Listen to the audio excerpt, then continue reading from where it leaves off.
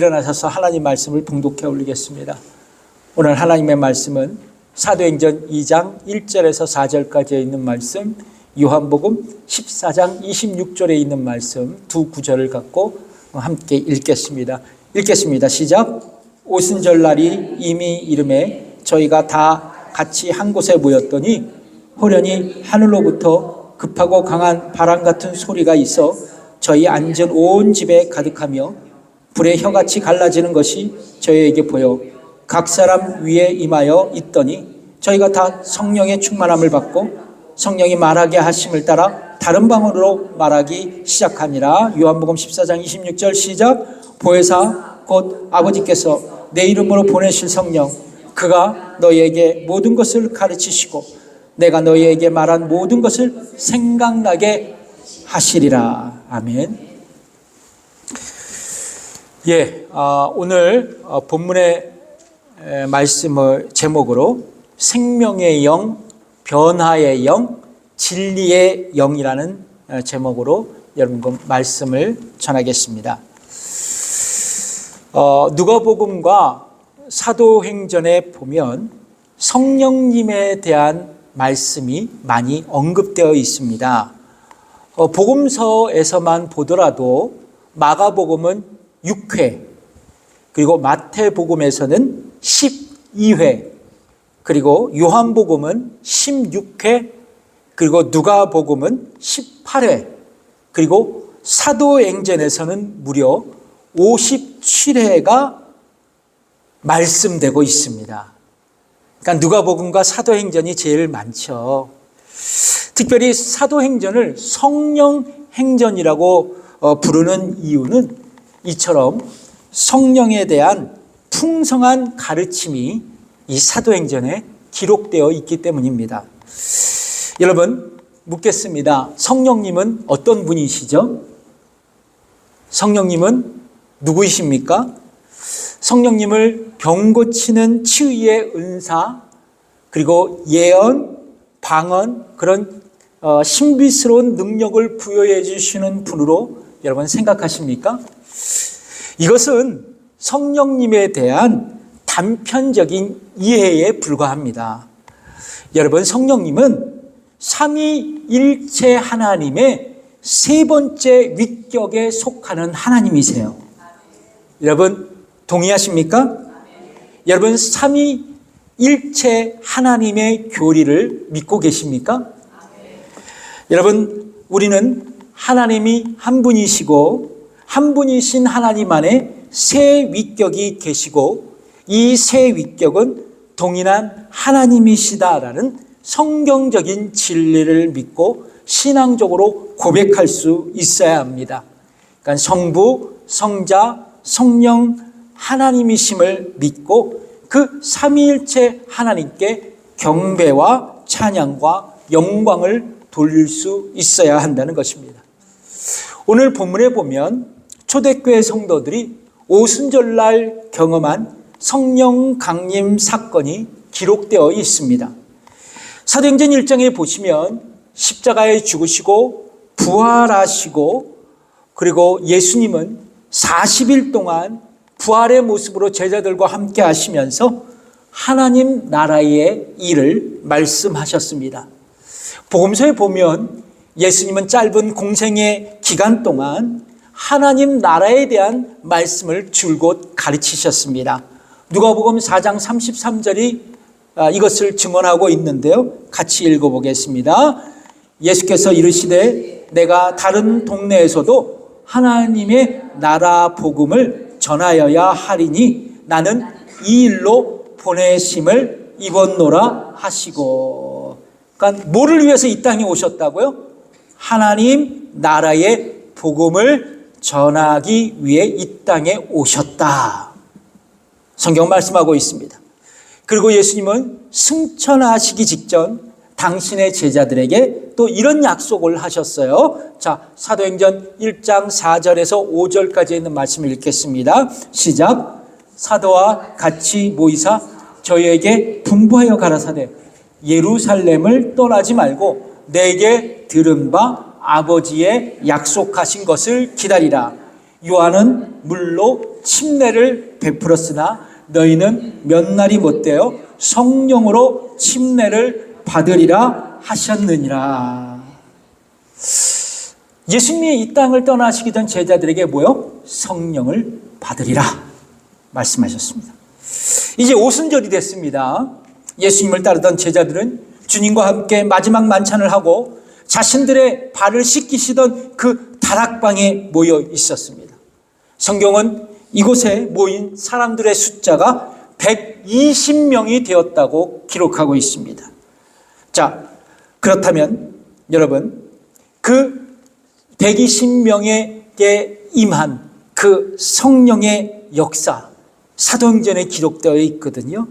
그렇다면 오순절 날 강림하신 성령님은 누구이시고 또한 우리에게 어떤 사역을 행하시는 분이실까? 2000년 전 오순절 날에 오셨던 성령님, 제자들에게 임하셨던 그 성령님은 누구이시고 또한 우리에게 어떤 사역을 하실까? 첫 번째입니다. 같이 읽어볼까요? 시작. 성령님은 생명의 영으로서 우리를 거듭나게 하시는 분이십니다.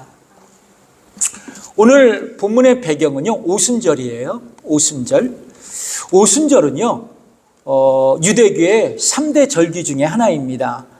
유대교의 가장 중요한 절기가 유월절이고요. 그리고 장막절이고, 그리고 바로 오순절입니다.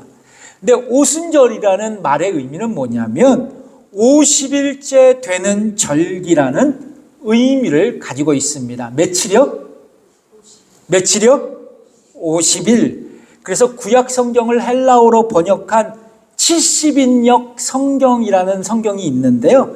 이 성경에서는 숫자 50을 뜻하는 펜타코타, 이 헬라어예요.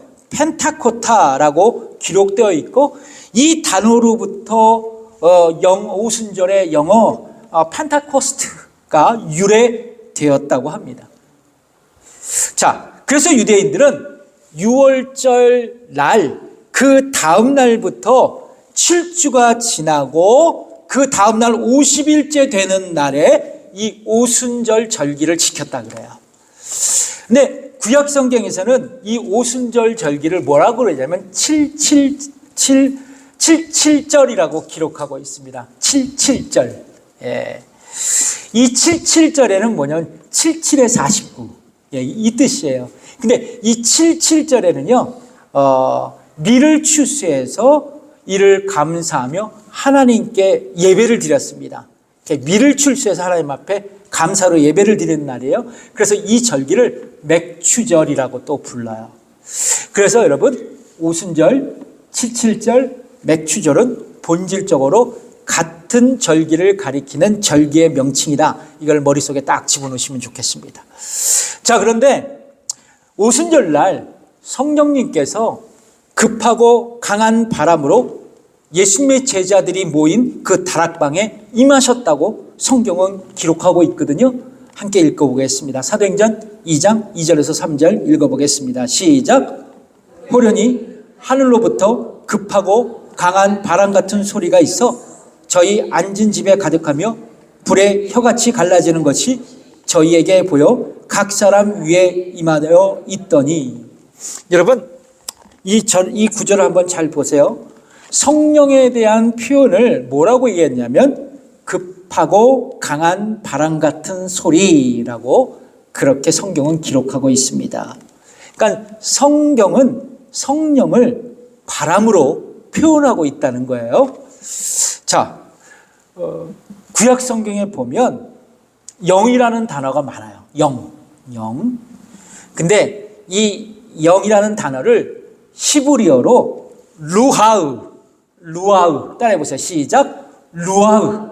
예, 이 단어로 기록되어 있어. 영 그러면 루아흐.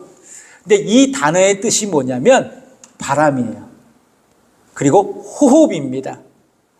그러니까 시편 33편 6절의 말씀을 한번 읽어볼까요? 시작.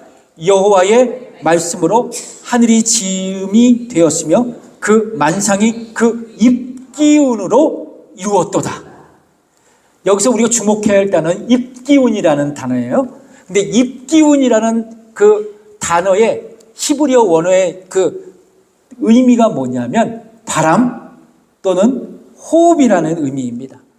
에스겔서 37장 9절의 말씀을 한번 읽어볼까요? 시작. 또 내게 이르시되 인자야 너는 생기를 향하여 대언하라.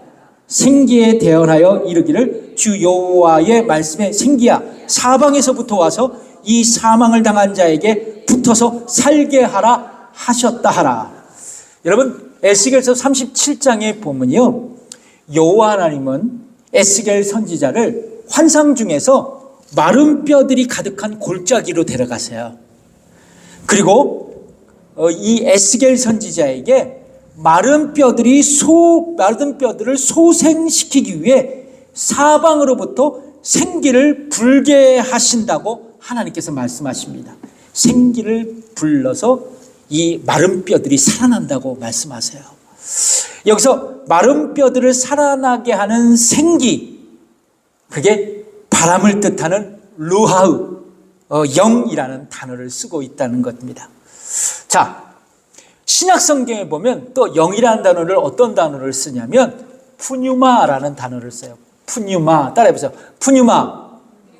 예. 근데 이 단어도요, 역시 바람, 호흡이라는 의미가 있어요. 요한복음 3장에 보면 예수님께서 바리새인 니고데모에게 성령으로 거듭나는 그 역사를 바람에 비유해서 이렇게 말씀하셨어요. 요한복음 3장 8절의 말씀을 읽어볼까요? 시작.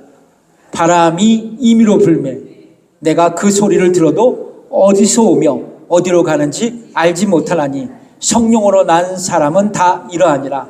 예수님은 니고데모에게 사람을 거듭나게 하는 성령의 역사를 뭐라고 얘기하고 있어요? 바람으로 얘기하고 있어요. 그래서 여기 보니까 제가 이 바람을 헬라어로 이렇게 찾아보니까요, 바람이 어떤 단어로 쓰냐면 푸뉴마, 영이라는 단어가 사용되어져 있더라고요. 그러니까 여러분, 제가 왜 이 말씀을 하냐면 성경은 성령을 바람으로 비유하면서 생명의 영 또는 사람을 거듭나게 하시는 영으로 말씀하고 있다는 거예요. 그러니까 여러분, 하나님께서 처음 사람 아담을 창조하셨을 때 흙으로 빚으셨죠. 그리고 거기에 아담의 코에 뭐를 불어넣으셨어요? 당신의 호흡, 생기를 불어넣어 생명이 있는 존재가 되게 하셨어요. 방금 전에 말씀드렸지만 요한복음 3장에서도 예수님은 니고데모에게 성령을 바람으로 비유하며 성령의 역사로 사람이 거듭나게 될 것이라고 말씀하고 있습니다. 여러분, 성경에 보면 저와 여러분 모든 인간은 허물과 죄로 죽은 자라고 말씀하고 있어요. 또한 모든 사람은 죄인이라고 선언하면서 하나님의 영광에 이르지 못한다고 말씀하고 있습니다. 그런데 여러분, 우리가 어느 날 하나님의 선택과 은혜로 복음을 듣게 됐어요. 자, 그리고 성령님은 복음을 듣는 우리의 마음의 문을 활짝 여시고 죽었던 나의 영을 살리셨어요. 이 얘기가 즉 거듭나게 하셔서 새 생명을 얻게 하셨습니다. 그러니까 성령님은 죽었던 나의 영을 새롭게 창조하시는 분이에요. 생명의 영으로서 말이죠. 더 나아가서 나를 거듭나게 하셔서 죄로부터 돌이키게 하시고 예수님께 나아갈 수 있도록 우리로 하여금 구원 얻는 믿음을 갖게 하셨어요. 여러분, 내가 성령으로 죽었던 나의 영이 살아나면 참으로 내가 죄인이었다라는 사실을 깨닫고 진정으로 회개할 수 있어요. 그리고 예수님께서 나의 죄를 속죄하기 위해 십자가에 죽으셨다는 것, 그것을 우리가 믿어지게 되는 거예요. 죽은 영은 믿을 수가 없어요. 새 생명으로 거듭난 자만이 십자가의 죽음이 나를 위한 죽음이라는 것을 믿을 수 있다는 거예요. 그래서 여러분, 우리는 예수님을 나의 구원자로 인생의 주님으로 고백할 수 있고 구원받은 하나님의 자녀가 되었습니다. 이것이 거듭남의 은혜예요. 근데 이 거듭남의 은혜를 누가 주시는 거다? 성령 하나님께서 주시는 거다. 중요한 것은 이것입니다. 우리는요, 나의 감정, 지성, 그리고 나의 능력으로, 의지로 복음을 듣고 믿고 내가 회개하고 예수님을 구원자로 믿을 수 없다는 거예요. 믿을 수 없다는 거예요. 왜냐하면 인간은 전적으로 부패한 존재이고 구원받기에 무능력하고 영적으로 죽은 존재라고 성경이 말하고 있기 때문에 그래요. 그래서 내적으로 우리는 구원받을 수 없어도 우리는 그래서 외적인 은혜가 필요한 거예요. 하나님의 자비로우신 은혜가 필요하다는 거예요. 새로운 영적 생명을 부여하시는 성령님의 거듭남의 역사가 우리에게 체험되어 줄 수 있어야 된다는 것입니다. 결론적으로 생명형이신 성령님은 거듭나게 하심으로 구원을 우리에게 적용하셨어요. 그러면 여러분, 인간의 구원에 있어서 인간은 자랑하거나 내세울 만한 근거는 아무것도 없습니다. 왜냐하면 우리의 거듭남과 구원은 전적으로 하나님의 무한 사랑과 자비로우신 은혜로 말미암는 것이기 때문에 그렇습니다. 그래서 여러분, 우리는 항상 감사해야 돼요. 항상 찬송해야 돼요. 그리고 나를 구원하신 하나님께 영광을 돌리는 삶을 살아가야 돼요. 그리고 날마다 나를 거듭나게 하신 그 성령님을 의존하면서 살아갈 수 있어야 돼요. 오순절날 강림하신 성령님은 누구이시며 또한 우리에게 어떤 사역을 행하시는 분이실까요? 첫 번째 뭐라고 그랬어요? 성령님은 생명의 영으로서 우리를 거듭나게 하시는 분이십니다. 두 번째 한번 읽어볼까요? 같이 시작. 성령님은 변화의 영으로서 우리를 성숙하게 하시는 분이십니다. 여러분, 우리는 거듭남으로 우리에게는 내적인 변화가 일어났어요. 그 내적인 변화는 바로 성령께서 복음의 말씀을 통해 죽었던 저와 여러분의 영을 살리신 거예요. 그래서 우리가 죄인인 것과 예수님만이 우리의 구원자임을 믿게 되었다는 거죠. 그런데요, 나에게 내적인 변화만 일어나는 것이 아닙니다. 점진적인 외적인 변화도 일어나야 한다는 거예요. 이것을 뭐라 그러냐면 성령 충만, 그리고 성화의 과정이라고 말하고 있어요. 오늘 본문 사도행전 2장 4절을 같이 읽어볼까요? 시작. 저희가 다 성령의 충만함을 받고 성령이 말하게 하심을 따라 다른 방언으로 말하기를 시작하니라. 그러니까 오순절날 주의 제자들에게 성령께서 임하셨어요. 제자들이 성령 체험을 한 뒤 그들은 성령 충만해졌습니다. 자, 그런데 성령 충만한 그들에게 나타난 현상이 있었어요. 어떤 현상이에요? 어떤 현상입니까? 방언을 하기 시작했다는 것이죠. 20세기 개신교 교회 역사를 보면 주목할 만한 부흥의 그 시점이 있었습니다. 바로 오순절 운동이에요. 여러분, 오순절 운동은 1901년 찰스 파함 목사님에 의해서 시작되었어요. 그리고 1906년 윌리엄 세임슨 목사님에 의해서 LA의 그 아주사 스트리트 부흥 운동이 시작되었습니다. 그리고 LA에서부터 폭발적으로 일어난 부흥의 운동이 짧은 시간에 북미와 남미 등지에 빠르게 확산되었어요. 그래서 지금도 가도 제일 개신교 중에 부흥하는 그 남미 교회들이 다 오순절 교단 교회들이에요. 자, 그리고 지금도 오순절 교단은 건강한 복음주의 교단으로 사역하고 있어요. 자, 흥미로운 것은 오순절 운동은 성령 충만의 증거로 반드시 방언을 해야 한다고 가르치고 있습니다. 지금도 그렇게 해요. 그러니까 성령 충만의 첫 번째 표지가 방언이라는 것이죠. 방언. 여러분, 방언 하시는 분 한번 손 들어보세요. 방언. 저도. 예. 몇 명 대신 몇 명밖에 안 되네. 근데 성령 충만의 첫 번째 증거가 방언이래요. 근데 저는요, 여러분, 성령 충만의 참된 증거로 방언보다는 성화의 삶이라고 믿고 있어요. 저는요. 그러니까 성령 충만하면 막 방언하는 것도 중요하지만 성령 충만하면 예수님의 성품을 닮아가며 나의 인격이 점진적으로 변화되어 가는 거예요. 여러분, 사람이 갑자기 변하면 죽는다 그러죠? 맞아요, 안 맞아요? 근데 여러분, 그 얘기는 뭐냐면 사람은 결코 갑자기 변화될 수 없다는 얘기예요. 근데 성령 충만하면 점진적으로 나의 인격이 예수님의 인격으로 변화해 가야 된다는 거예요. 아멘이십니까? 여러분, 수많은 신자들이, 한국의 신자들도 그렇고 미국에 있는 우리 한인교회 신자들도 그렇고요, 과거에 기도원에서 은혜를 많이 받았어요. 그리고 다양한 은사 집회에 가서 신앙의 부흥을 경험했거든요. 저도 마찬가지예요. 저도 기도원에서 자랐어요. 방언도 하고 병도 치유되고 다양한 영적 은사도 받아서 교회에서 활용하고, 자, 그래서 신자도 부흥하고 교회도 부흥할 때가 있었어요. 자, 그런데요, 애석하게도 신자들의 삶은 변화되지 않았어요. 그래서 오늘날 기독교는 세상의 소망이 될 수 없었습니다. 세상의 조롱거리가 되고 말았어요. 여러분, 구원받은 그리스도인들은 말씀을 붙들고 성화의 삶을 살아가며 새로운 삶을 추구할 수 있어야 돼요.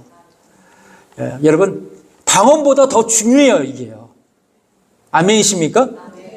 즉, 우리의 삶 가운데 점점점 더 죄로부터 멀어지고 점점점 더 거룩한 삶으로 예수님을 닮아갈 수 있어야 된다는 거예요.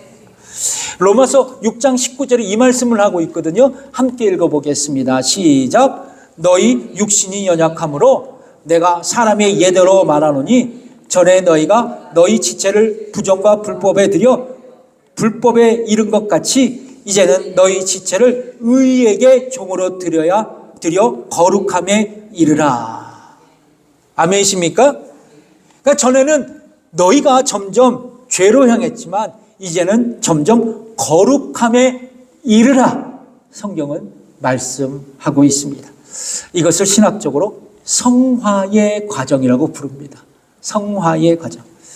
여러분, 성화의 삶은 일시적인 현상이 아닙니다. 기억하세요. 성화의 삶은 일시적인 삶이 아니에요.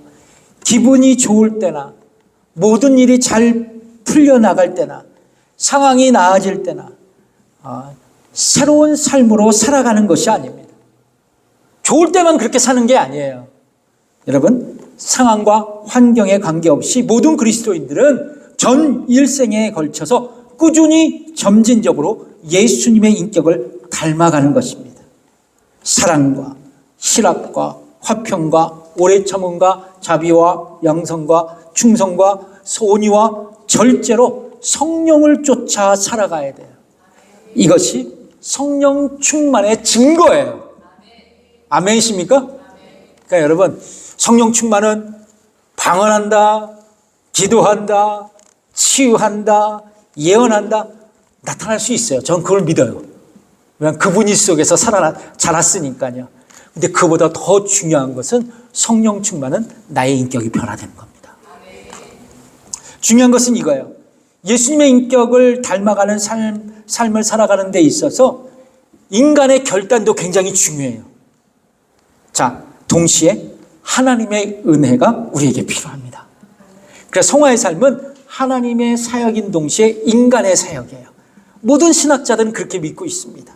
특별히 성경은 성령 하나님께서 우리를 변화시키고 거룩한 삶을 살게 하시는 분이시라고 여러 군데에서 얘기하고 있거든요. 자, 그런데 제가 그중에 대표적인 구절 베드로전서 1장 2절의 말씀을 함께 같이 읽겠습니다. 시작. 곧 하나님 아버지의 미리 아심을 따라 성령의 거룩하게 하심으로 순종함과 예수 그리스도의 핏부림을 얻기 위하여 택하심을 입은 자들에게 편지하노니 은혜와 평강이 너희에게 더욱 많을지어다. 뭐라고 말씀합니까? 성령의 거룩하게 하심으로 순종함과. 이 얘기가 뭐예요? 성령께서 우리를 거룩하게 하셔서 거룩한 삶을 순종하도록 능력을 주신다는 겁니다. 그러니까 여러분, 성령 충만하면요, 성령님께서 나에게 막 감동을 주세요.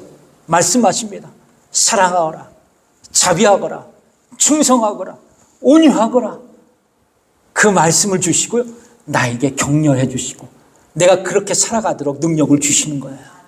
거기다가 내가 결단하는 겁니다. 말씀하셨으니 내가 그렇게 살아가며 예수님 인격을 닮아가는 삶을 살아가겠습니다. 자, 그런데요, 오늘 본문에 보시면 구원받은 신자들이 성령 충만해서 가장 먼저 일어난 삶의 변화가 있어요. 바로 신자들이 방금 전에 말씀드렸지만 방언했다는 거죠. 예.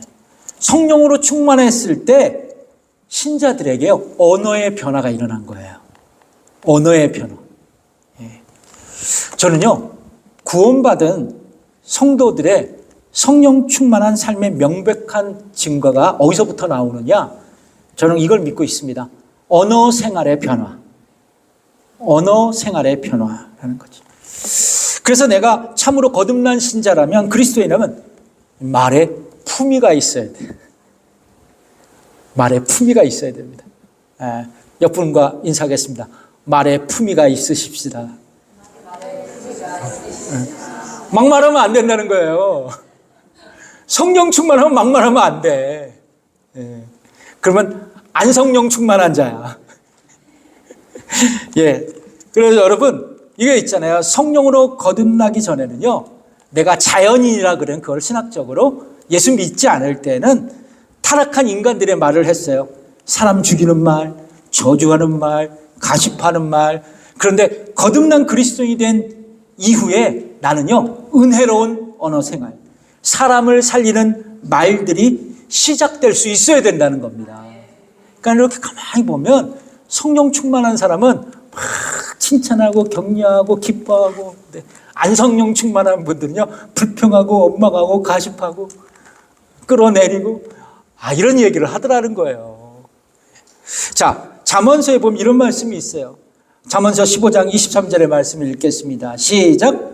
사람은 그 입의 대답으로 말미암아 기쁨을 얻나니 때에 맞는 말이 얼마나 아름다운고. 거듭난 그리스도인들은요, 말로 사람을 죽이고 절망시키고 낙심시키고 저주하고 뒷담하는 것이 아니라 사람들에게 기쁨을 주고 격려하고 용기를 주고 사람을 살리는 선한 언어 생활을 할 수 있어야 된다라는 거죠. 이것이 뭐요? 성령 충만한 그리스도인들의 모습이다. 그렇다면 왜 구원받은 그리스도인들에게 이 언어 생활이 중요한가? 이게 진짜 중요한 거예요. 사람의 언어는요, 그 사람의 생각의 기초예요. 여러분 동의하십니까? 그 사람의 언어는 그 사람의 행동을 좌우합니다. 그러니까 사람은 생각한 대로 말하고 말한 대로 행동해요. 그래서 진정으로 거듭난 신자들은 생명의 영이신 성령님께 내주하고 계시기 때문에 그 마음속에서 역사하셔서 사람을 살리는 말, 사람을 격려할 수 있는 말을 할 수 있어야 된다는 거예요. 근데 성령의 능력에 의지하여 언어 생활을 신중하게 선택할 수 있어야 된다는 겁니다. 그냥 거기서부터 거룩한 생각, 거룩한 삶이 시작되는 거예요. 옛날에 한 유명한 철학자가 있었대요. 그런데 그는 이제 만찬을 준비해서 친구들을 초청했습니다. 인바이트 했어요. 그리고 그의 하인에게 시장에 가서 최고급 요리를 만들기 위해서 재료를 사오라고 명령했습니다. 돈이 얼마든지 들어도 되니까 최고급 요리 그 재료를 사오라 그래요. 자, 근데 하인이 사온 게 이 동물의 혓바닥이었습니다. 지금 말하자면 우설 같은 거죠. 소의 혀. 네. 요리사는 이 혀로 다양한 양념을 해서 음식을 차려냈습니다. 철학자가 화가 났어요. 선난 목소리로 화인에게 이런 소리를 했습니다. 시장에 가서 제일 좋은 요리 재료들을 사오라고 했는데 이 혓바닥이 뭐냐? 혓바닥이 뭐냐? 하인은 말했대요. 저는 명령하신 대로 행했습니다. 그 다음에 하인이 뭐라 그랬냐면 혀보다 더 좋은 것이 어디 있습니까? 혀야말로 사람들을 격려하고 이웃들을 하나 되게 하고 하나님께 예배하는 도구가 아니겠습니까? 그래서 혀는 제일 좋은 음식의 재료입니다. 다음날 철학자는 하인에게 다시 시장에 가서 이번에는 가장 나쁜 음식 재료를 사오라고 얘기를 했대요. 근데 이번에도 하인은 혀를 사들고 왔어요. 예. 주인이 말합니다. 아야, 또 이번에도 혀를 사왔어? 하인이 대답했대요. 혀라는 것이 확실히 이 세상에서 가장 좋은 것임에도 틀림이 없지만 또한 나쁜 것임을 틀림이 없습니다. 혀로 사람을 시기하고 모함해서 사람을 죽이기도 하고 이웃과 갈등하게 하고 말로 국가가 전쟁도 하고 그 말로 하나님께 불평도 합니다. 그래서 혀도 좋은 동시에 나쁜 식재료가 될 수 있습니다. 이런 거예요. 여러분, 이 에피소드가 우리에게 어떤 교훈을 줄 수 있을까요? 많은 것들을 생각나게 하죠. 구원받은 그리스도인들은 혀를 조심해야 돼요. 아멘이십니까? 언어를 조심해야 돼요. 그리고 언어 생활을 신중히 할 수 있어야 돼요. 여기서부터 거룩한 삶이 시작되고 예수님을 닮아가는 삶을 시작할 수 있다는 것이죠. 오순절날 강림하신 성령님은 누구이시고 또한 우리에게 어떤 사역을 행하시는 분일까? 첫 번째, 성령님은 생명의 영으로서 우리를 거듭나게 하시는 분이시다. 두 번째, 성령님은 변화의 영으로서 우리를 성숙하게 하시는 분이시다. 세 번째입니다. 성령님은 진리의 영으로서 우리를 도우시는 분이시다. 한번 따라해 볼까요? 같이 읽어보겠습니다. 시작. 성령님은 진리의 영으로서 우리를 도우시는 분이십니다. 여러분, 성령 하나님은 다양한 사역을 하세요. 성경에 보면 다양한 사역을 하시는 것으로 기록되어 있습니다. 성경에 보면 성령님은 하나님과 동일한 능력과 지혜로 우주 만물을 창조하신 창조의 영으로 소개되고 있습니다. 그래서 성령님은 생명의 영이세요. 인간의 생명을 창조하시는 생명의 영. 그리고 성령님은 방금 전에도 말씀드렸지만 죄인인 인간이 죄에서 돌이킬 수 있도록 회개할 수 있도록 촉구하시는 영이십니다. 거듭나게 하시는 분이세요. 예, 그렇습니다. 또한 성령님은 참된 신자들에게 권능을 주세요. 그리고 성도들의 삶에 성화를 일으켜 주시고 성령님은 교회를 세우기 위해서 그래서 성도들에게 다채로운 은사를 나누어 주십니다. 이게 성경에 나타난 성령님의 사역이에요. 그런데요, 여러분, 성령님의 사역 가운데 대표적인 사역이 요한복음 14장에 소개되고 있습니다. 바로 성령님께서 진리의 영으로 저와 여러분들에게 역사하신다는 거예요. 요한복음 14장 17절의 말씀을 읽어보겠습니다. 시작. 저는 진리의 영이라 세상은 능히 저를 받지 못하나니 이는 저를 보지도 못하고 알지도 못함이라. 그러나 저희는 저를 아나니 저는 너희와 함께 거하시며 또 너희 속에 계시겠습니다. 그러니까 예수님은 말씀이 육신이 되어 이 땅에 오신 분이죠. 그래서 예수님은 이 땅에서 사역하시면서 진리의 말씀을 가르치셨고 진리의 말씀으로 사람들을 하나님 아버지께 인도하셨어요. 그래서 예수님은 이렇게 말씀하십니다. 요한복음 14장 6절 그 유명한 말씀을 읽어볼게요. 시작. 예수님께서 가라사대 내가 곧 길이요 진리요 생명이니 나로 말미암지 않고는 아버지께로 올 자가 없느니라. 예수님이 뭐라고 말씀하십니까? 당신 자신을 나는 진리이다. 나는 말씀이다. 자, 그런데 진리이신 말씀이신 예수님께서 이 땅을 떠나셨어요. 그 부활 승천하신 후 주께서 약속을 하십니다. 십자가에 돌아가시기 직전 제자들에게 뭐라고 약속하시냐면 진리의 영이신 보혜사 성령을 너희들에게 보내주겠다고 말씀합니다. 그 말씀을 하시고 그 일이 실제적으로 일어났다는 거예요. 제자들에게 성령께서 임하셨습니다. 그러면 예수님께서 보내주시겠다고 약속하신 그 성령님은 우리에게 어떻게 일하실까? 성경은 우리에게 이렇게 말씀하시거든요. 오늘 설교 본문의 말씀입니다. 요한복음 14장 26절의 말씀. 시작. 보혜사 곧 아버지께서 내 이름으로 보내실 성령 그가 너에게 모든 것을 가르치시고 내가 너에게 말한 모든 것을 생각나게 하리라. 여러분, 성령님은 진리의 영으로서 우리에게 진리의 말씀을 가르쳐 주시고 적절한 시기에, 적절한 타이밍에 내가 읽었던 말씀을 생각나게 하시는 분이세요. 아멘이십니까?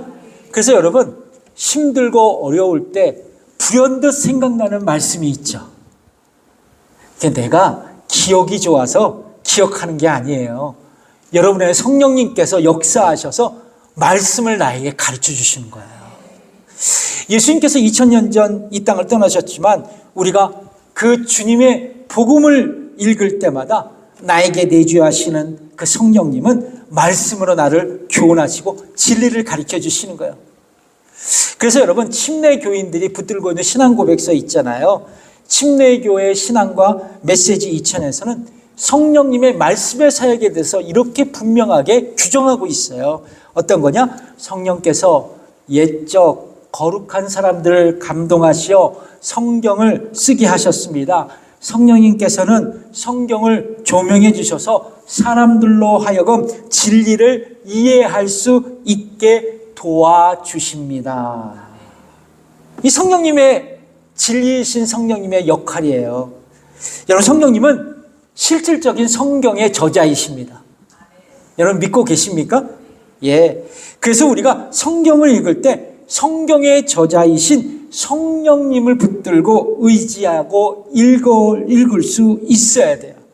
그래요?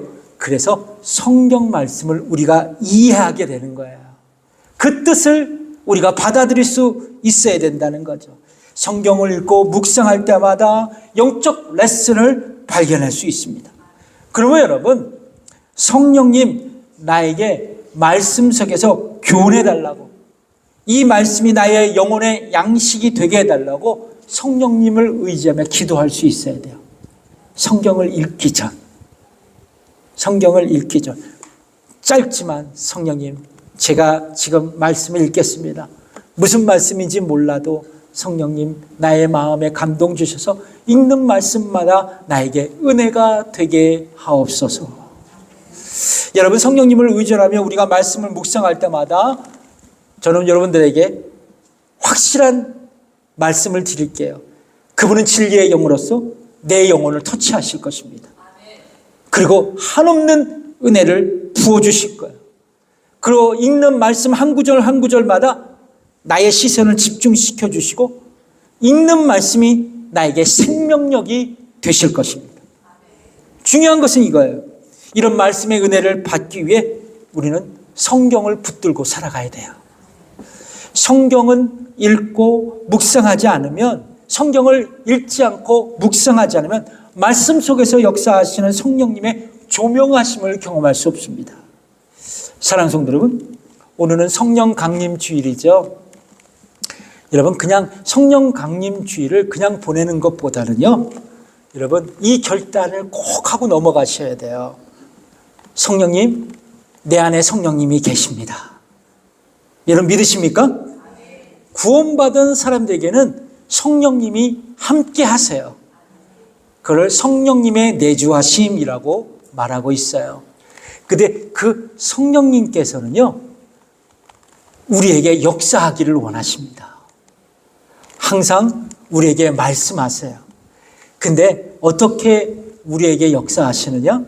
내가 거듭날 수 있도록, 그리고 거듭난 이후 내가 예수님의 인격을 닮아갈 수 있도록, 그리고 예수님의 인격을 닮아가면서 성경을 읽고 묵상할 때 그 말씀 속에서 나를 가르쳐 주시고 그 말씀 속에서 더욱더 예수님의 인격을 닮아가는 삶을 살아가도록 성령님은 우리를 도와주실 것입니다. 그래서 우리가 결단해야 되는 것 무엇이냐? 딱 한 가지예요. 성령님 의지하며 하루하루를 살아가십시오. 성령님, 내가 오늘 하루 성령님을 만나고 싶습니다. 성령님, 내가 기도 속에서 성령님을 만나고 싶어요. 말씀 속에서 성령님을 만나고 싶어요. 그래서 내가 말씀을 읽겠습니다. 기도하겠습니다. 그리고 성령님을 만나겠습니다. 그게 성령 강림 주일에 임한 우리들을 향하신 하나님의 메시지예요. 기도하겠습니다.